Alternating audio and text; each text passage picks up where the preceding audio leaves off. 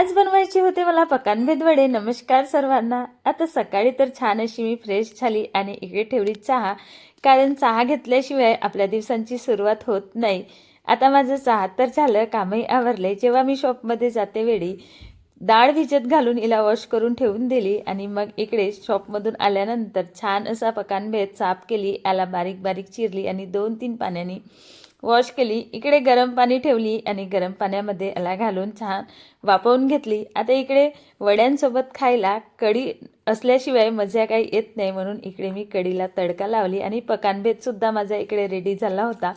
याला कटोऱ्यामध्ये काढून घेतली आणि इथे चण्याची डाळ जी घातलेली होती ती पिसवून घेतली। तिच्यामध्ये जास्त क्वांटिटीमध्ये मी सांबार घातली, कांदा, टमाटर, थोडं तांदळाचं पीठ घातली आणि तिखट, मीठ, जिरं वगैरे घालून याला छान मिक्स केली आणि इकडे तेल गरम करून तेलामध्ये छोटे छोटे वडे याच्यामध्ये घालून घेतली आणि छान असे माझे वडे रेडी झाले। बाय सर्वांना, भेटू नेक्स्ट ब्लॉगमध्ये।